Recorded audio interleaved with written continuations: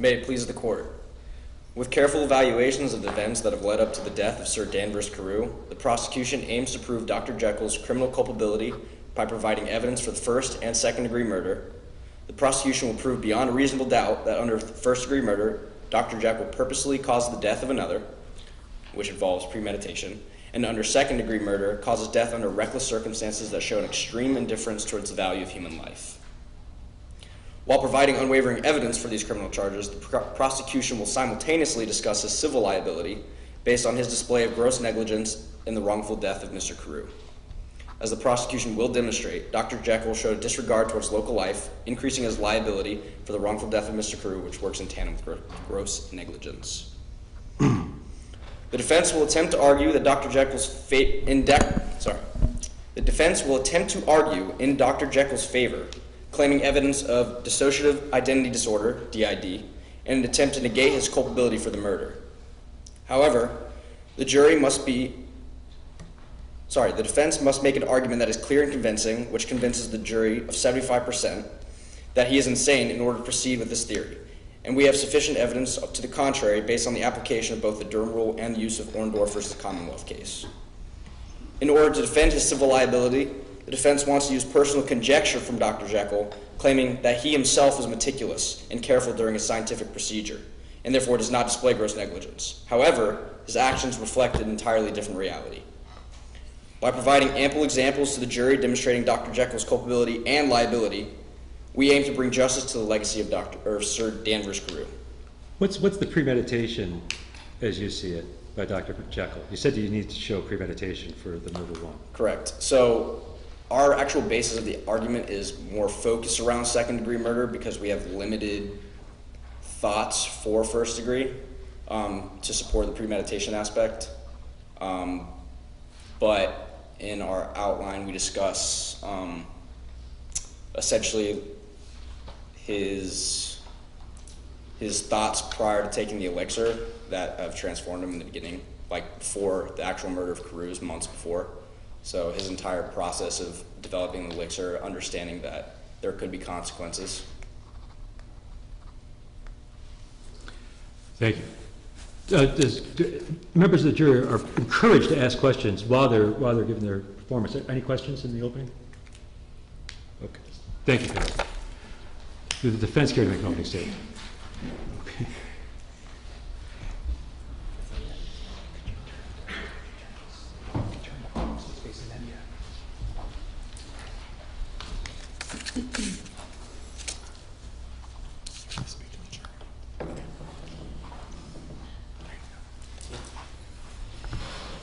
May it please the Court. Dr. Jekyll set out on a course which ended in the death of Sir Carew. We do not dispute this, however. You must recognize the deep complexities which led to this death. Dr. Jekyll lived an honorable existence studying in the forefront of science for many years. He felt the burden of containing the duality of man, that we all have good and evil sides of ourselves. Knowing the toll on burden, he ventured to create a potion which would relieve it. He did not intend to commit any crimes or harm anyone. He wanted to help make individuals' lives better, not worse.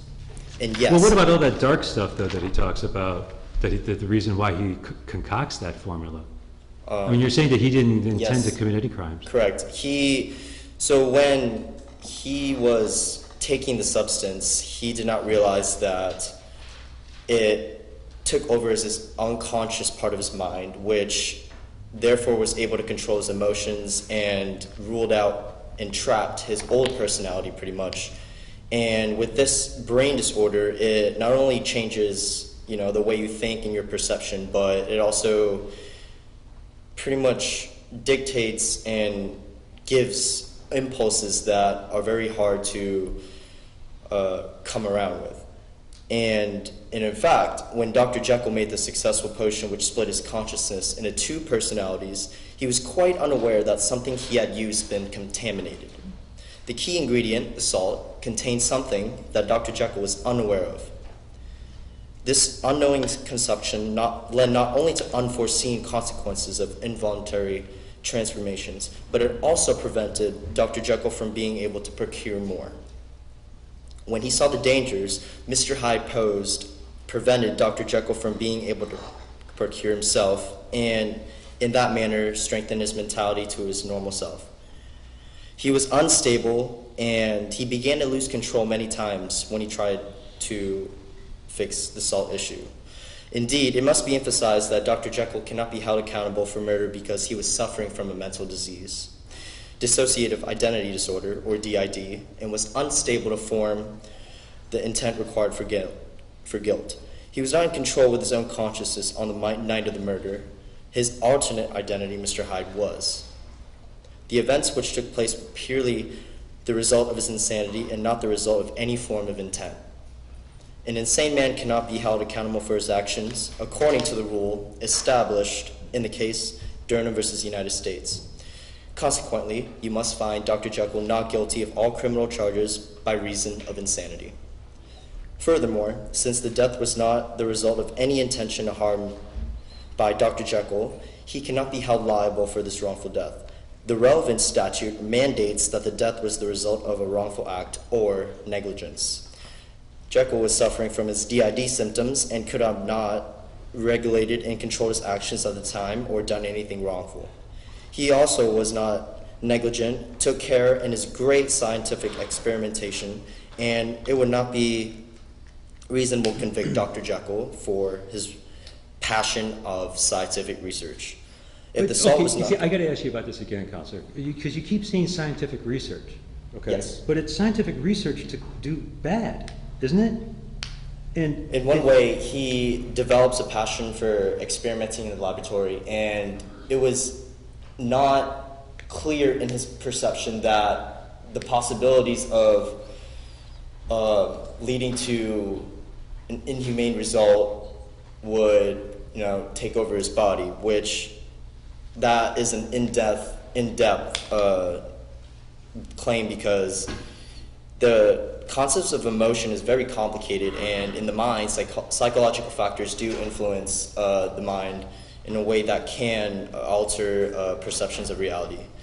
So the defense implores you to consider all evidence and the impact of factors outside of Dr. Jekyll's control. If you do, you will see that it is impossible for the prosecution to meet the burden of proof necessary for each charge. For this reason, Dr. Jekyll should be acquitted of all charges. I got a question while the jury's looking over their notes. Counselor, you mentioned a little bit earlier in your presentation, which I thought was very good, that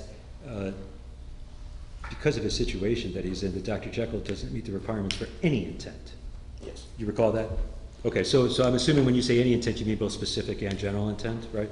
Yes. Okay. I think I can see what you're talking about with regards to specific intent, but what about general intent? I mean, the first time that he drinks it, is there some general intent there because he wanted to do bad? Not exactly, isn't that because enough he was for general curious intent? as well. His levels of curiosity was his primary mindset at the time, and he did use this process to rule out his further opinions on how his moral standards come into play. Okay. Any other questions? All right. Oh, here we go. We got it. How many times did Jekyll drink the potion?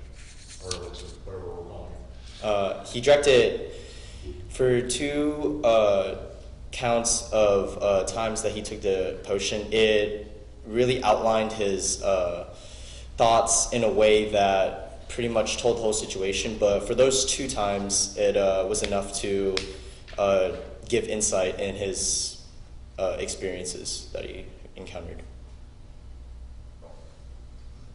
Thank you. And if this time, if the bailiff would please escort the defense's expert witnesses into their respective spots.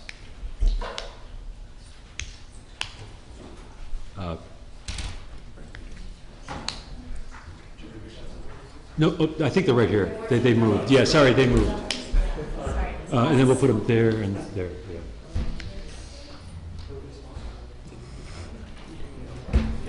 Yeah. Here.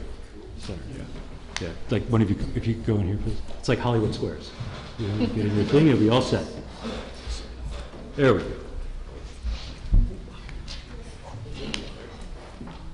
Okay, and would the prosecution care to cross-examine the defense experts' witnesses?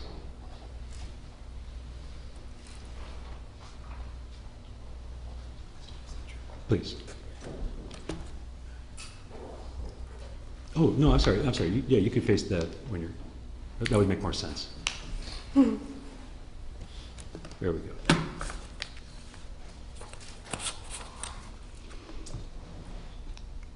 So members of the jury, or the defense, do we all agree that Hyde was the murderer of Carew? Yes. Just setting the backstory here. And we agree that Hyde and Jekyll are the same person, not necessarily the same personality, but the exact same person? Okay. So the defense argues that the personality of Hyde was triggered from the drinking of the draft, correct? So Was that a yes? I just want to make sure. Yes. Okay. So the defense claims Jekyll should be found guilty of this case for having a dissociative identity disorder and being acquitted under the Durham rule for insanity. Is this correct? Yes, he However- should be found not guilty. However, Jekyll does not meet 2/5 of the main criteria for the dissociative identity disorder according to the DSM-5, which is the Diagnostic Statistical Manual. It's what psychologists use to... Counselor, we're looking for a question here. I'm just setting the backstory again. So, criteria B says that there's no recurrent gaps in the recall of everyday events. However, can we all agree that Jekyll had no issues recalling events while in the form of Hyde? Yes, but in your brief, you also state that there is a rare population that does remember everything and is able to, and we believe because of the rare occurrence that this resulted from science and not from trauma, it is a different case. It should be considered rare, and we should, the jury should take into consideration that it was possible for him to remember everything. However, criteria E of the DSM says that symptoms are not attributable to physiological or psychological effects of a substance, but... Yes, and the example that they give is intoxication and blackouts of alcohol, and we do not consider a powerful potion which can split somebody into two identities equivalent to a blackout of alcohol, and the symptoms don't, we don't believe that they're the same. Okay, well... Excellent answer. Yeah, it's kind of blurry.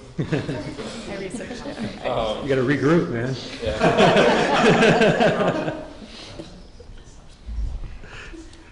It's a substance? Yeah. So the criteria E states it's just a substance. It doesn't specify any sort of thing. It's just that It does give an example.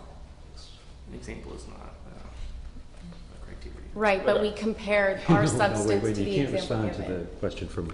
Yes, sorry. Got you. I'll be like super kind for now. So the prosecution is attempting to prove that the Jekyll does not meet criteria B and criteria E, as he has no issues with recalling memory, even though there are some special cases where people don't happen, or criteria E, where the symptoms were attributed to a substance, even though there are special cases where it does happen.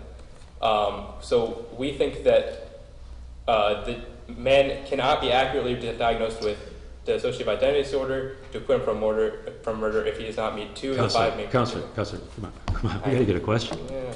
Okay. So the defense also is trying to acquit Jekyll based off involuntary intoxication. Is this correct? Yes. Okay.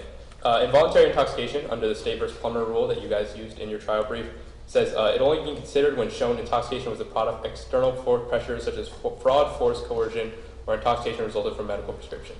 Was Jekyll externally pressured by anyone to take the draft? No. So if he was not pressured by an outside force to take the draft, or was the draft a medical prescription then? No.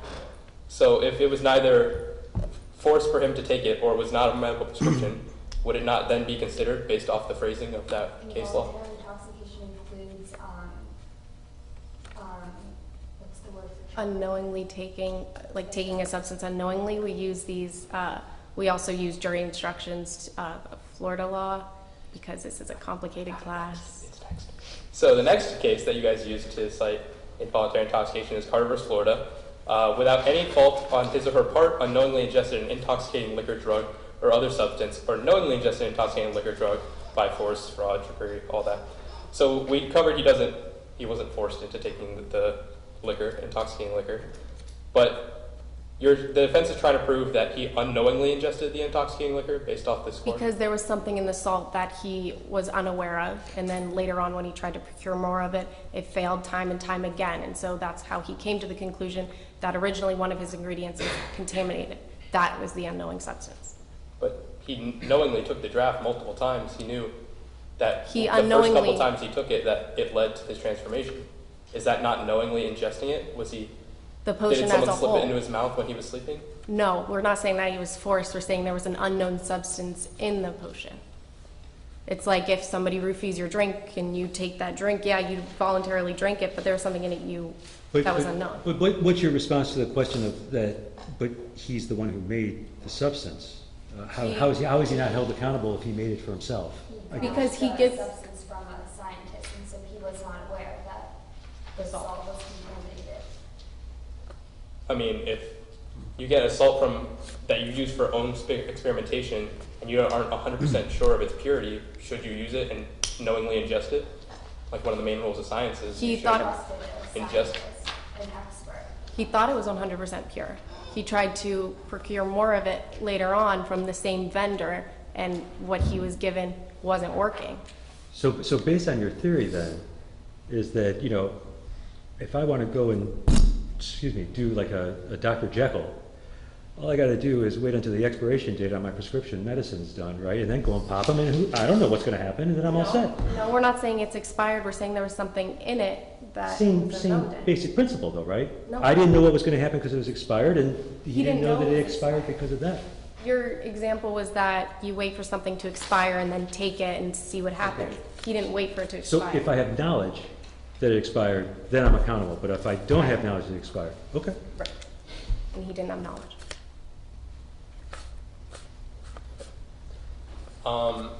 So, after discussing intoxication and the DID, which are the two defenses, the two criminal defenses that the defense is trying to use to acquit Dr. Jekyll, we need to prove intent of the murder by Jekyll. Hold on, I lost my train of thought here. So second-degree murder says that in order for someone to be charged with second-degree murder, they must have knowingly caused the death of another. So if Jekyll still had his memories, and while in the form of Hyde, did he not knowingly cause the death of another? You could not predict that Hyde would become a murderer and commit the murder of Carew. Right. Hold on, I lost my train of thought here.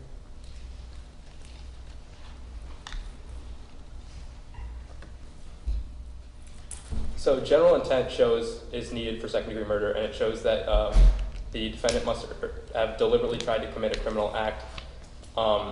We discussed in the opening statements that Jekyll tried to create Hyde as a split from his dark personality. If he was trying to create a personality that was wholly evil through his experimentation, should he not be held accountable for the consequences of this wholly evil personality he creates? No, because he had the ability to control it for a while, and it was once those transformations became involuntary, which he didn't see happening, he woke up in bed and there he was in the form of Hyde, and then he tries to procure more salt when he runs out to control the transformations further, and he's unable to. So he was trying to control the consequences. It was once they were out of his control that they became so severe and a man died. Well, It's kind of like, I'm sorry, go ahead. no, you go ahead. Oh, thank you. It's kind of like playing with a dangerous animal or something, though, isn't it? And then you want to say, oh, well, I didn't know, and so I can walk away. It's a dangerous animal. Mm-hmm. I agree, but he was controlling the dangerous animal until he couldn't anymore, and the reasons he couldn't control it were out of his hands. But he still chose to do it in the first place, though. Doesn't that matter? It's like, someone buys a pet python, and then they get tired of it, and the python escapes, and they don't want to be held liable. Like, I didn't know what happened to it. Well, he did it for the purpose of furthering science. It wasn't to cause danger to society. He wanted But just because he's trying to further science, does that mean that he shouldn't be held responsible for the consequences of his actions, of his experimentation? He should If be he was held. experimenting and I think he asked your question. Let's see what the answer is. Okay. He should be held responsible for consequences within his control, but not for ones that were out of his control. But it was his control to create Hyde in the first place. He, on multiple occasions, transformed into Hyde. If he transformed into Hyde the first time and realized how wholly evil he was, should he have not just quit his experimentation altogether without having some more checks in place to control Hyde? He could have, but he didn't know and turn into a scenario that was out of his control and lead to the death of Carew. Should he have not taken more caution, though, if he knew that this evil being was wholly evil, with the You keep sole stating intent of committing holy evil? evil. Where does that come from? I'm sorry, The can I text. ask? I just don't remember. I don't have the exact page number, but What was the passage? Holy evil? I I just don't think- remember. Oh, yeah.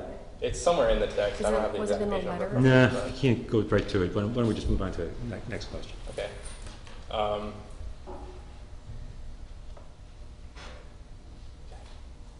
I think that is Oh, the end of my question. okay. Thank you. And if, please escort, well, they're already on their way, but. That's right. You guys are trained.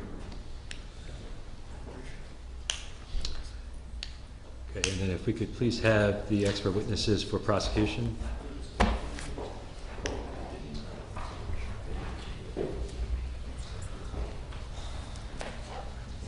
So then-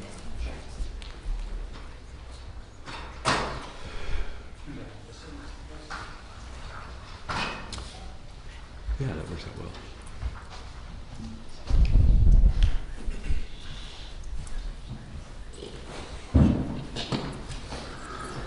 Would the defense care to cross-examine?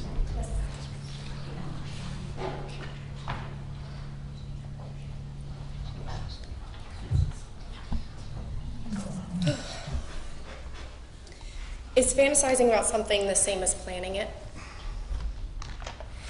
No.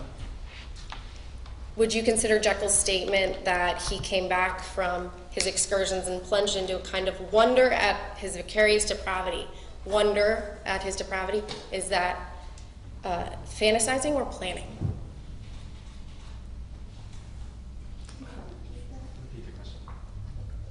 Jekyll's statement in his letter, which you guys won at the trial that you could keep in, was that he came back from his excursions and he was plunged into a kind of wonder at his vicarious depravity.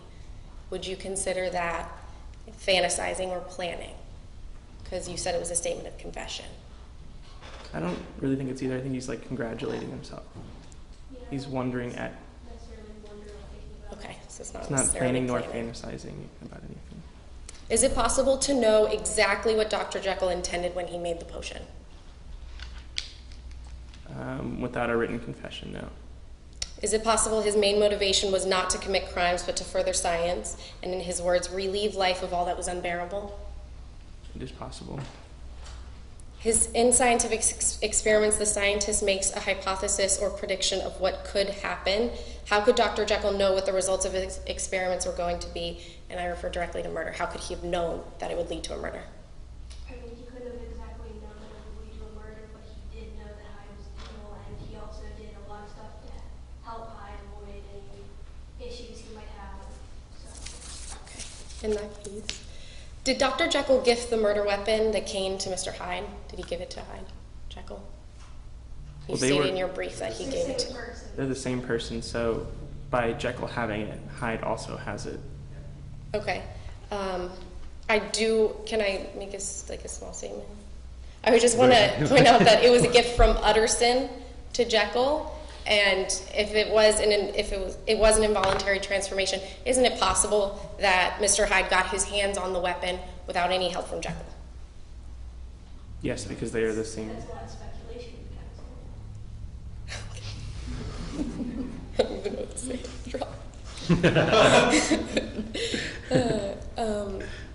Did Dr. Jekyll aid or abet Mr. Hyde in killing Sir Carew in any way?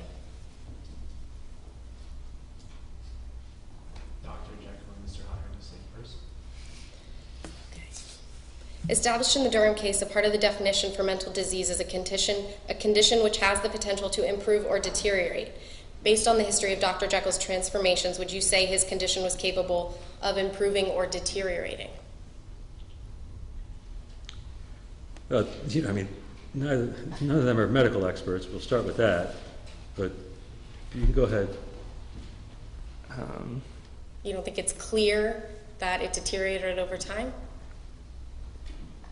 I mean, Referring to how it got out of his control, but I'm not really sure what. Talking about how it became involuntary. I don't know if it deteriorated. Medical definition. He was pretty much always committing evil acts. We don't really get to see Hyde like in the bathroom. Like, you know, we don't get to see his personal moments. We only see Hyde's evil moments. So I don't think his condition deteriorated. I think it was just always pretty straightly evil. I'm not referring to evil personalities. I mean, over time, in the beginning, he had to take the potion in order for Hyde to take control, for Hyde's personality to come out. And then all of a sudden he wakes up in bed, and then he's sitting in the park one day and he transforms. Would you not consider that deteriorating? In the context that I think that you mean. Okay.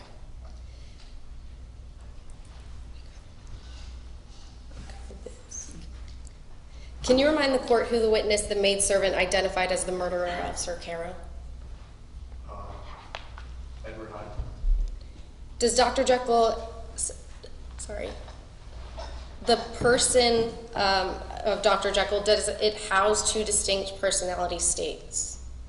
Can you name them? What was it? Can you say it again? Does Dr. Jekyll have two distinct personality states? You keep saying that it's the same person. Right, well, the big question is if he has a social identity disorder, and quite frankly, he could just be lying, so. You don't consider Mr. Hyde and Dr. Jekyll different personality states, and he's just lying, everybody just hallucinated when they saw this shorter, evil, character? And you just said the witness identified Mr. Hyde. I think, so within his own person, they are two different personality states. They are not two different people. Right. Is your line of questioning that they're two different physical beings? No, Okay. I said personality states. The definition from the DSM-5 Okay. uses personality states. Because you keep referring to the shorter Hyde. Well, she said he could have been lying and making it all up, and so I Okay. was identifying Gotcha. the physical difference. So Dr. Jekyll and Mr. Hyde are different personalities, and we know Mr. Hyde was present at the time of the murder because that's who the witness identified. Then can't we conclude Dr. Jekyll was suffering from DID when Mr. Carew was killed? Proving symptoms? one aspect of DID does not prove that he had DID. There are 5 or 6 different criteria that you have to meet, and you have to meet all of them to have DID. He does not meet all of them. Okay, and so which personality state would you say was present at the time of the murder? Edward Hyde. Okay.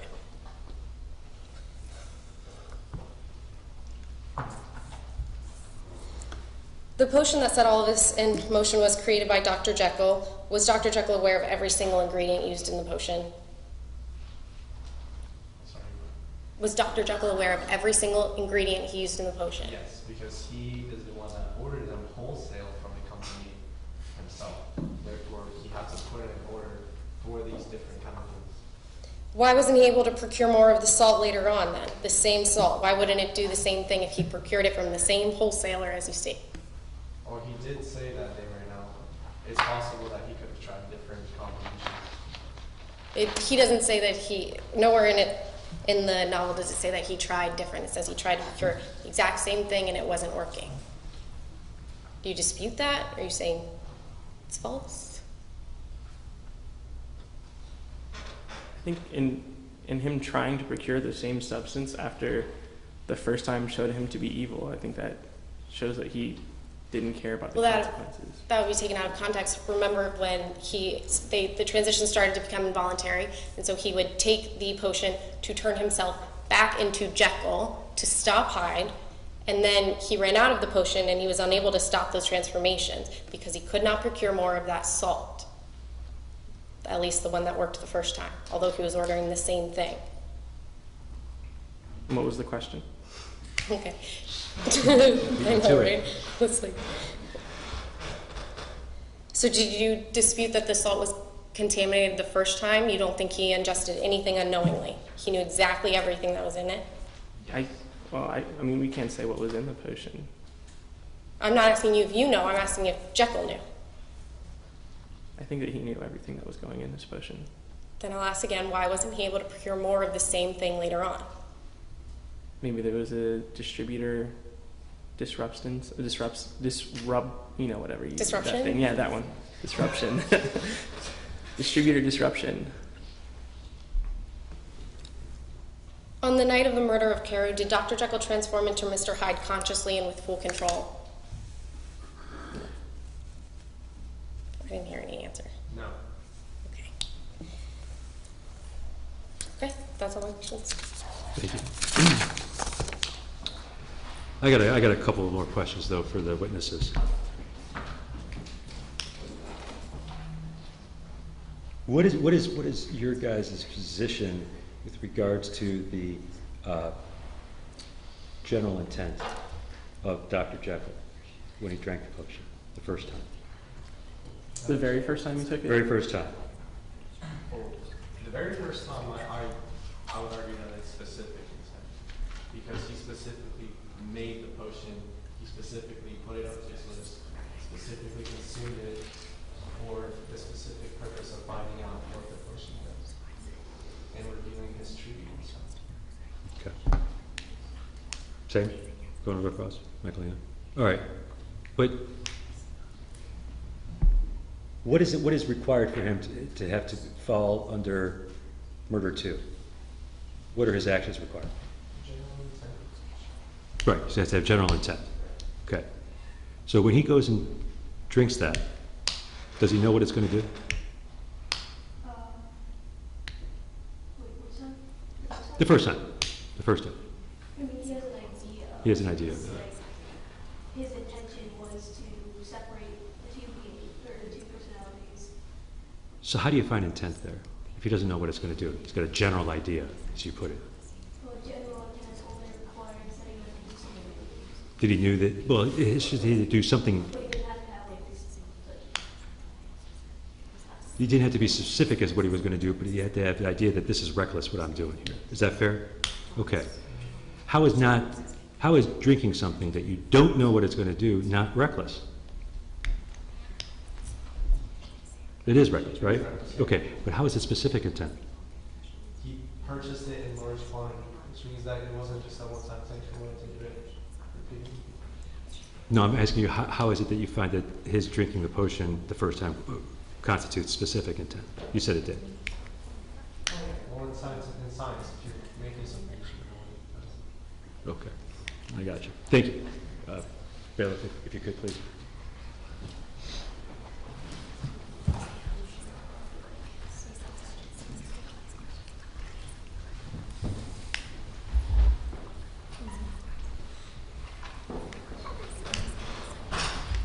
Prosecution ready to make a closing statement.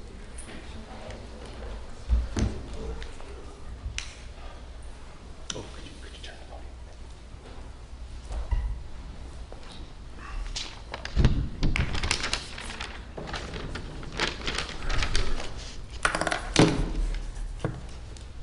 Thanks.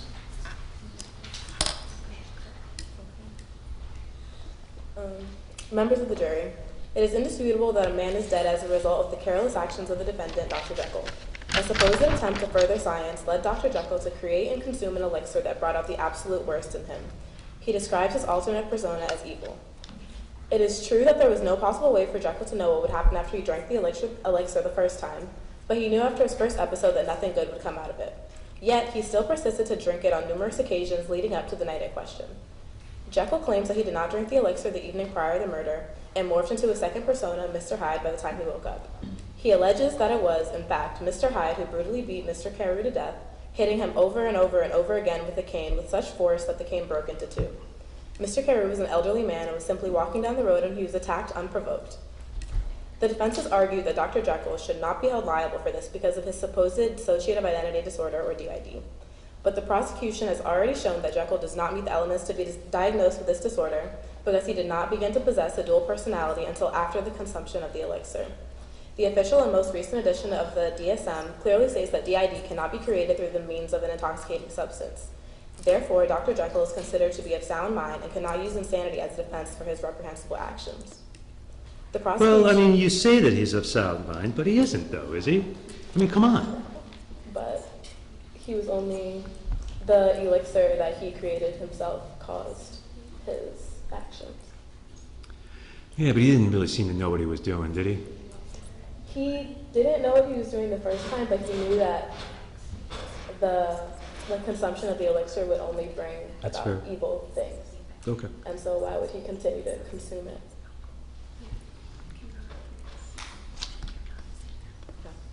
The prosecution is asking you, the jury, to find Dr. Jekyll guilty of either first or second degree murder, as well as liable for the civil torts of gross negligence and wrongful death. The prosecution has proven beyond a reasonable doubt that Dr. Jekyll knowingly and recklessly caused the death of Sir Danvers Carew. Jekyll was also grossly negligent considering his inaction in attempting to control Hyde and his outbursts. The negligence exhibited also makes Dr. Henry Jekyll liable for wrongful death because of the wrongful act of assaulting Mr. Carew. Yeah, please. So what's the worst thing that Jekyll did that he knew about afterwards? Before he murdered? Before he the murdered? victim? Yeah, what's the worst thing he did? You say he knew he would do evil things or that no good would come of it, but what did he know regarding his behavior? He generally just knew that he would be like rude to other people, and then there was one instance where he assaulted a girl, and then he set up, like after he morphed back into Jekyll, he tried to like set up an account to kind of pay the family back for that assault. So he was kind of knew that even like it was more than just rude words to other people. He knew that it could result to like physical violence, and he still tried to fix that. He but then not to assaulted the a point. girl. What does that mean? He hit her.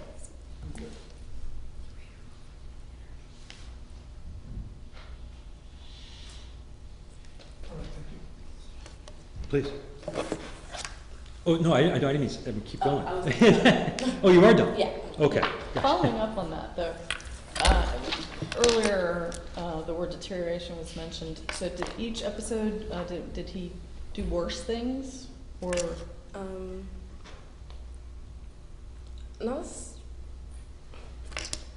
necessarily worse things, because he says that when he took the elixir, it had like different varying degrees of like effect on him. So like sometimes he would have really like really evil outbursts, but then other times it would be more subdued.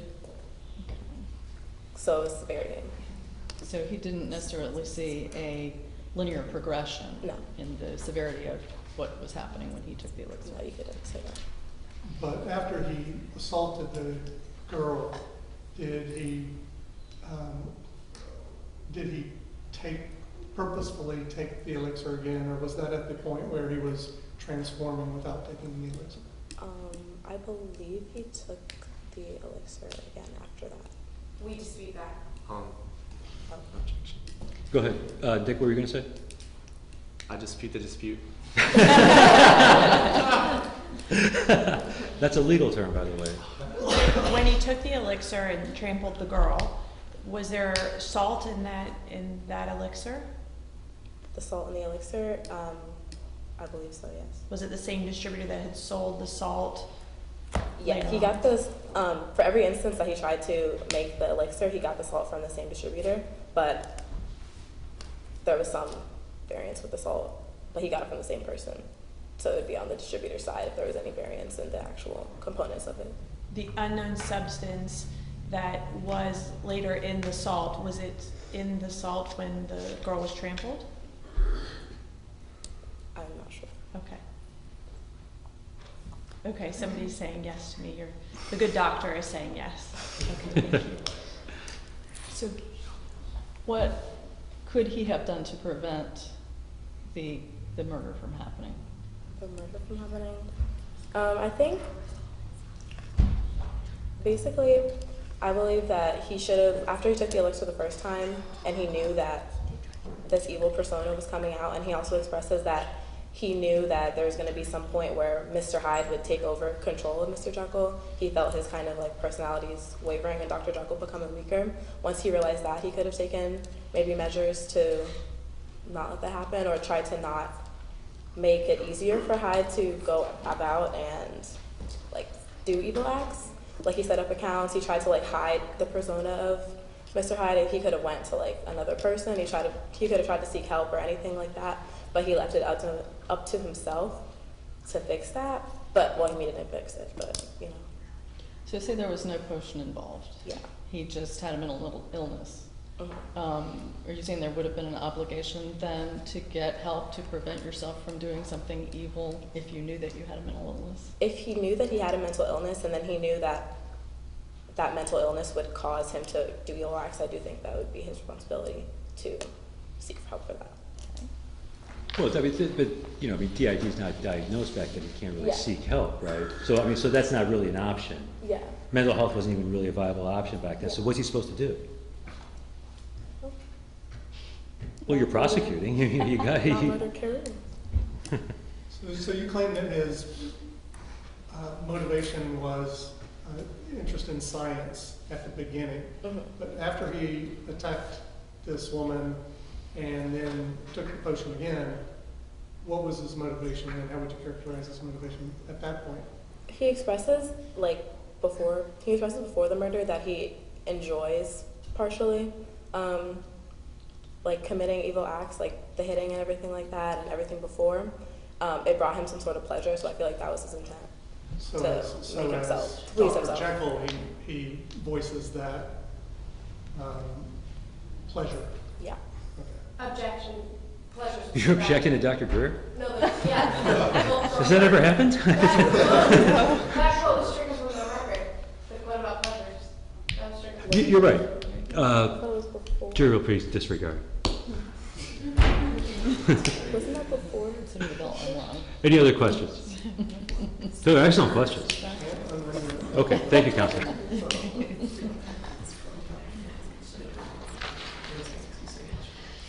And would the defense care to make a closing?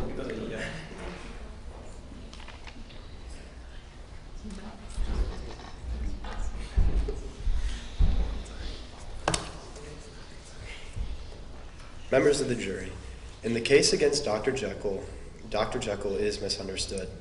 Dr. Jekyll is a man who devoted his life towards the furtherance of science, more specifically to ease human suffering. Dr. Jekyll's motivation in life was to help mankind. The prosecution wants to paint him as reckless, negligent, and even bloodthirsty. All of those labels are the antithesis of who Dr. Jekyll is. Dr. Jekyll is a caring man who wanted the best for all people. Sadly, it is true that Dr. Jekyll, while as Mr. Hyde, did kill Sir Carew. As unfortunate as this fact is, a similarly unfortunate fact pertains that Dr. Jekyll suffers from a mental illness, dissociative identity disorder. Because of this disorder, Dr. Jekyll meets the requirements of insanity. Under the Durham Rule, Dr. Jekyll cannot be held responsible for his actions the night Sir Carew was killed, because the murder was a direct result of Dr. Jekyll's mental illness. Might I remind you that the jury must be 95% sure that Dr. Jekyll had or had not a clear state of mind that night. While Dr. Jekyll is embodied by Mr. Hyde, Dr. Jekyll cannot control the actions of Mr. Hyde. Dr. Jekyll had no control over Mr. Hyde's actions when he killed Mr. Carew, or Sir Carew.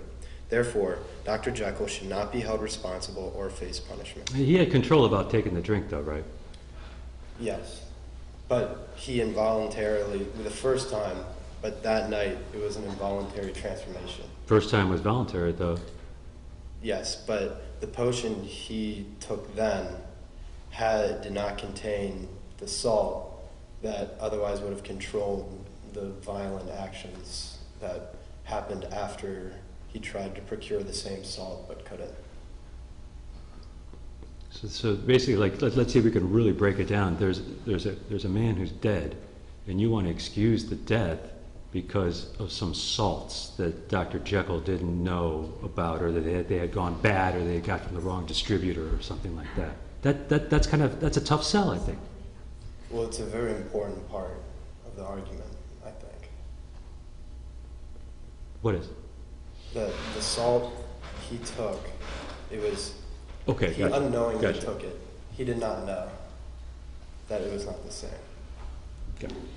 We have to be 95% sure on first or second degree murder. How sure do we have to be on wrongful death or gross negligence? What is the standard we would use? I believe it's 51%. 51%.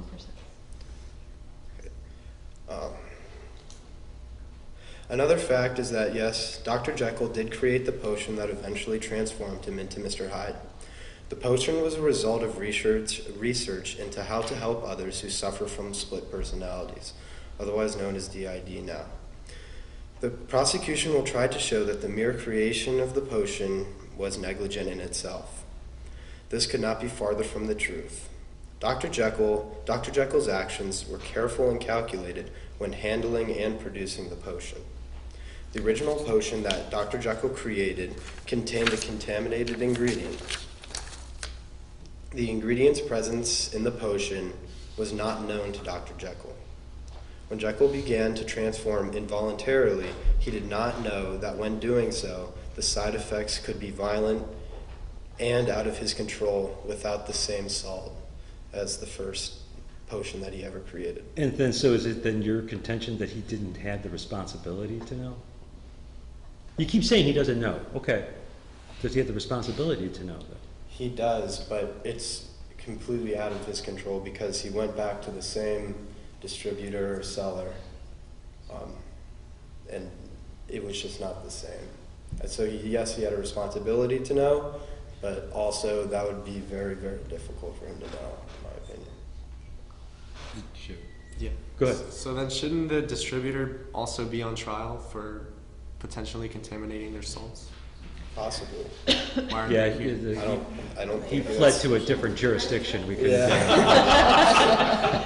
even though we've got like 3 jurisdictions just in this case. So I want to make sure I have the story straight all the time. So Dr. Jekyll takes a potion, and he's not sure what it will do, but the potion allows him to not be evil because it has this. Well, it allows him to split into another personality, but the salt in the first potion he ever created, Right.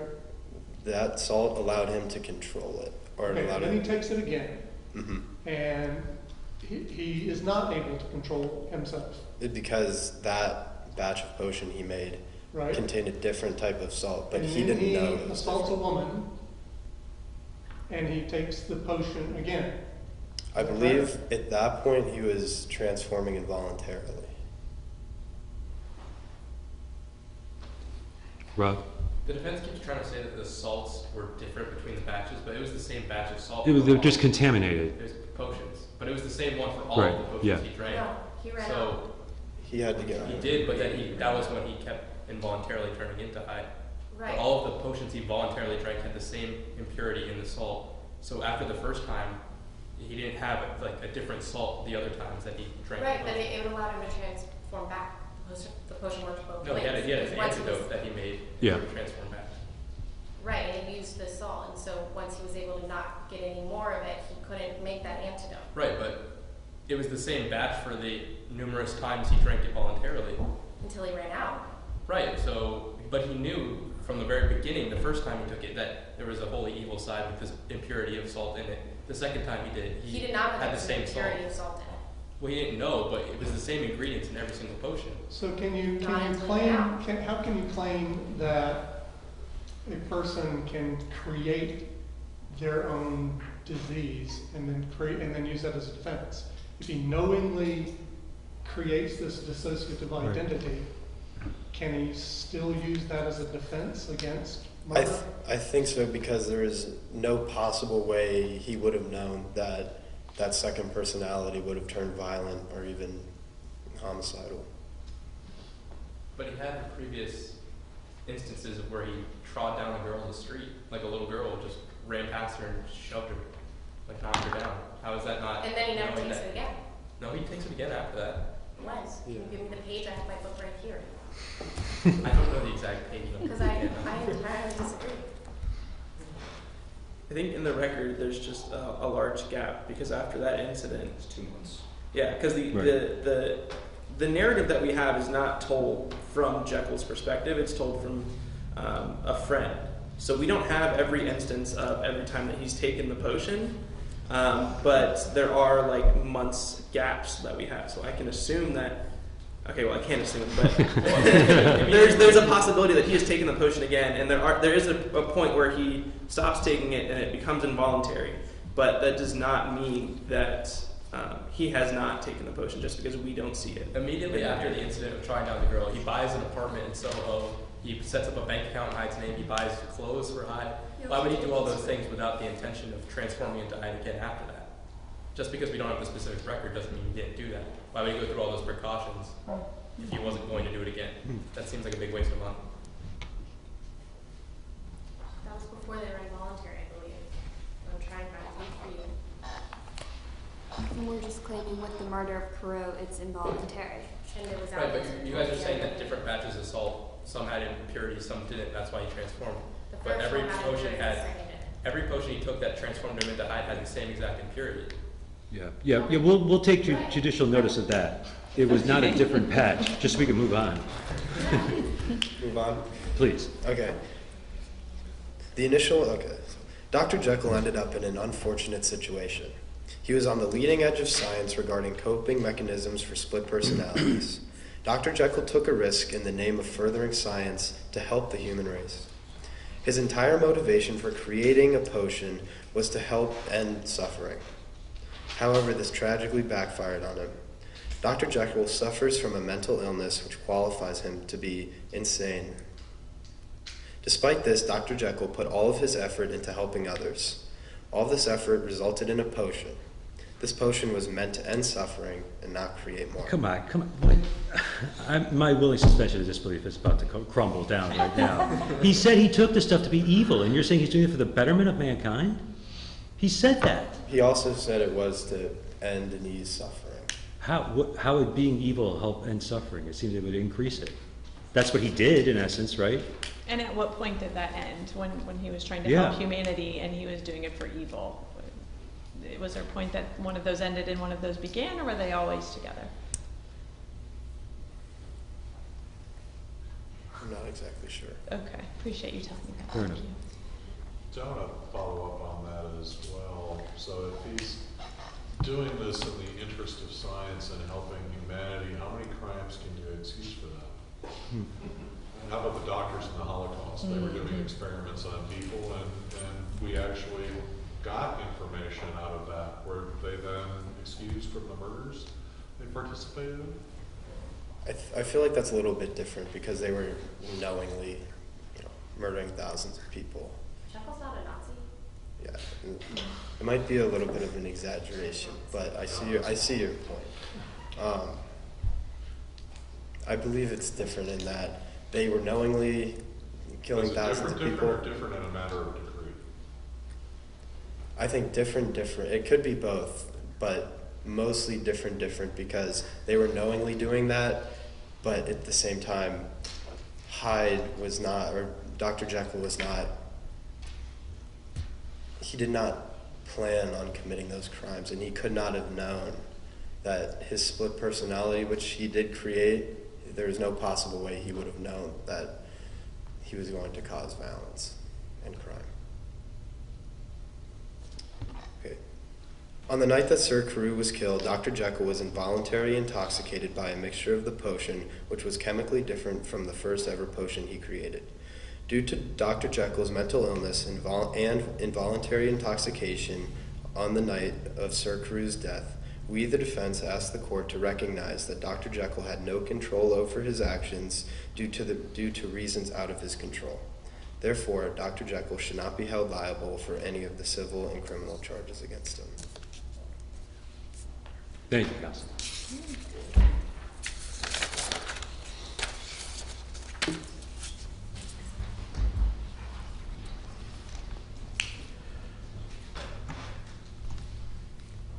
Okay, members of the jury, it's now time for you to deliberate. Of course, typically this would be the time that jury instructions would be given, but I'd be a fool if I tried to give jury instructions to judges sitting here in the jury box. So we're just going to, I'm sure you'll get a much better version in there. So if the bailiff could please ask for deliberate. All right, from the jury. Your Honor, may we bring our notes with us? Please, Thank absolutely, you. yeah.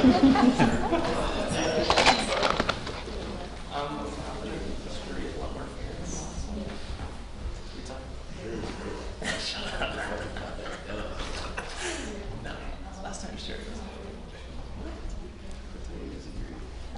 Well, I was on the prosecution.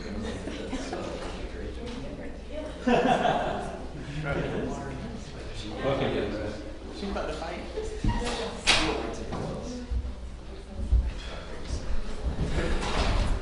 Maybe see it.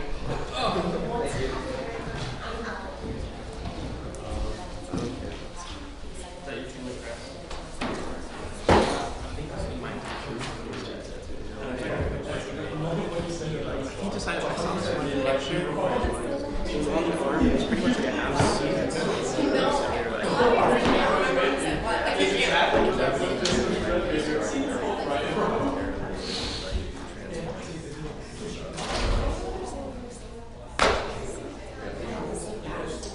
actually kind of, it's like,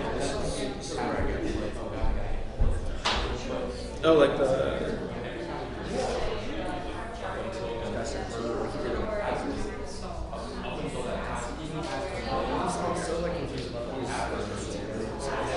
when did I even, it was,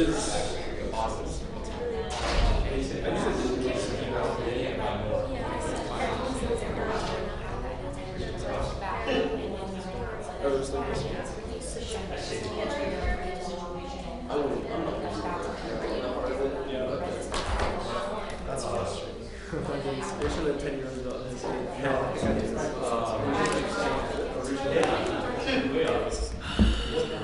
Yeah, he definitely ran out. Yeah, for sure.